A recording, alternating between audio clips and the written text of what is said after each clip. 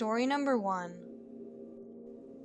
When I was growing up, my older brother raced flat-track motorcycles, and as a result, my dad and him were gone most weekends during the racing season. Sometimes my mom, my younger sister, and myself would tag along, but my mom was never really into it. So she would keep my sister and me home most of the time and plan fun things for us girls to do during the weekend. This incident happened on one of the weekends where we stayed home back in 1987, so I was 10 and my sister was 8. It started out like any other Saturday, with my dad and brother gone. My mom took us out to eat McDonald's, we went to the mall, and then we came home to play Monopoly and watch cable. At around 10 p.m., my sister and I started to get sleepy, so my mom brought out the sleeping bags for all 3 of us to sleep in the living room together. I had to ask my mom years later what time this was, because as a kid, I didn't pay attention to the clock very much.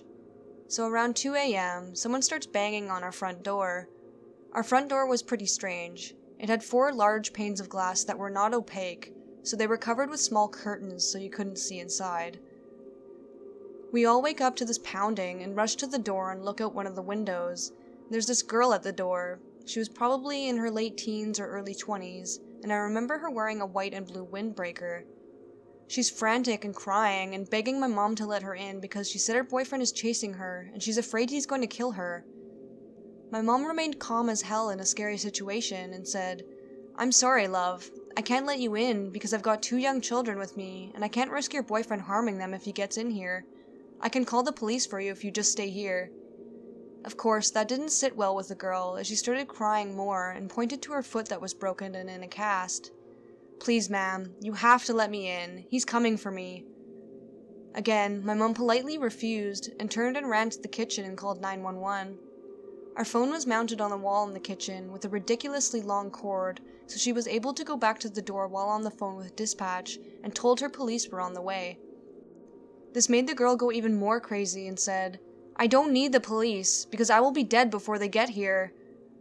My mom apologized again and said she was sorry, but she wasn't going to open the door. At this point, the girl just turned around and walked off into the darkness, and about 5 to 7 minutes later, police showed up. My mom gives a statement, and as she's doing so, my dad and brother come home from the race. My dad didn't even turn off the truck. He just ran up and looked terrified, asking what was going on. While my mom is telling my dad what happened, another officer walked up and said that he didn't see anyone, but found a shoe in the street in front of our house. The police leave, and we all sit in the living room for a bit to decompress, and I remember thinking that maybe my mom wasn't being very nice to the girl and should have just let her in. Fast forward to 2001, and it's about a week after I give birth to my first son. Family and friends are at my house and doting on my baby. After most people leave, there's just my parents, my sister, me and my son, sitting in my living room this time, and I made a comment about how I didn't really love the neighborhood we moved to, but I was proud of actually having my own home with my husband. Then my sister says, "Hey mom, remember that lady that came to our door demanding to come in?" My mom says, "Yes, very well." At this point, I can tell my mom and dad weren't comfortable talking about it because they gave each other nervous glances. So my sister, being the asshole that she can be, says, "Why didn't you just let her in? I wonder if her boyfriend did end up killing her." My dad interjects and said that my mom did the right thing because it was late and we were home alone. Then he adds this little end to it. Plus, they ended up finding her in a car with her boyfriend smoking dope a few blocks over. They had rope, duct tape, 2 shovels, and a shit ton of knives in the trunk. My sister and I said in unison, "What?" I asked why we were never told about that, and my dad said they decided not to tell us so that we wouldn't feel unsafe in our own home. Finding this out made me feel like a huge jerk, because I had always thought that my mom was being somewhat rude, and I always wondered what happened to the girl. Now I know my mom most likely prevented a home invasion with her tough but right decision to deny this girl entry into our home. Learning about that sent chills down my spine. Even writing it out now gives me goosebumps. I don't know where that girl is, but I hope we never meet. Story number 2. This is somewhat from my perspective and somewhat from my brother's. He has a better memory than I, and I was only 6 at the time. One day, my brother Killian and I were playing outside at my father's house. My father lived in a pretty reclusive area, and the only house close to us was my father's girlfriend's father's house. So my brother and I were pretty safe from other people. Killian wasn't really interested in playing anywhere near me, so he had wandered off. I didn't know where he went, but apparently he was building a bomb shelter in the dirt piles near the woods. I didn't notice. Because it was summer, it was hot outside and I was bored. Being an insistent and stubborn child, I was wearing a long-sleeved shirt and tall boots for a little kid, and my dad just let me. I desperately wanted ice cream, because I was overheating by choice.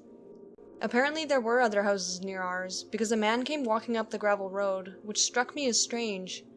This area was usually so deserted that my father had gotten away with letting me drive and crash his car into a ditch, without anyone seeing or being harmed, in midday. The man smiled, and this part I remember. I don't really remember much else. He took a lick of his ice cream and asked, "Want some?" I nodded. Although academically I was a smart child, I was also incredibly naive. I would have gone with anyone for even the most thoughtless lie. I had obviously, like many kids, been told 1,000 times not to talk to strangers and to never go with them, but I didn't understand why. I was also incredibly rebellious to authority. The lack of understanding and rebelliousness were a bad combo. To put it bluntly, I was dumb. The man, who appeared middle-aged with horn-rimmed glasses, smiled wider and said, "Why don't you come to my house with me and I'll get you some ice cream?" The bells of what my parents had said about strangers was going off, but again, I was 6 and I was dumb. "I'll even let you pet my cat." I was sold. I wanted to tell him about my own kitten, that I had heard meowing in the dumpster and heroically rescued. Now from here I don't remember anything. This is what my brother recalls. Apparently my brother came to check on me just as the man reached for my hand and immediately realized something was wrong. "Jezebel!" He called out my name, and when I stuck out my tongue at him and said something about ice cream, he realized what was happening. My brother is only a year and a half older than me, but he was also more wary of people. He didn't really like people, and as much as he pretended he didn't like me, he liked people less when they interacted suspiciously with me. As a kid, strange people interacting with me was a common occurrence because of my strange appearance, which plays a small part into what the man apparently said later. I have caramel mocha-colored skin, so you can definitely tell I'm mixed of some sort of colored minority. My hair is dark brown and was long and super curly, but it's my eyes that make my appearance strange. Genetics decided that instead of the dark, nearly black eyes my mother has, I was to get incredibly light blue-green eyes. My eyes were also extremely wide in proportion to my incredibly small build. Killian glared at the man and told him to leave us alone and that we didn't want any ice cream. I pouted and said that I wanted ice cream, and the man's smile got bigger and creepier, which gave my brother chills. Sweet ice cream for a pretty girl. Killian was even more unnerved, but I didn't notice anything. My brother again attempted to call me to him, but I responded telling him that I wouldn't go with him. I wanted ice cream. Killian thought about getting my dad, but he didn't want to leave me alone with that guy. That was when the guy decided to pull me along the path with him. I apparently still thought I was getting ice cream, so I went along happily. Killian followed, because he didn't think he had any other choice. Eventually, because I was a kid who didn't really like being touched often, I forced the guy to let go of my hand. The man kept glaring at my brother, like he was angry that he was following us. "My favorite girls look like you." My brother was really freaked out, but he knew he had to go with, because he didn't want to leave me, and I was stubborn. Eventually we reached this freezer. There was some kind of shack thing that the freezer plugged into, but that was it. This is my brother's description, so I can't give many details.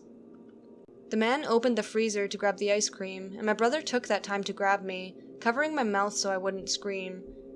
He pointed at a knife in the weeds that dumbass me didn't notice, and I apparently got the hint real fast that I wasn't safe. Without him needing to prompt me, my brother and I took off like bats out of hell.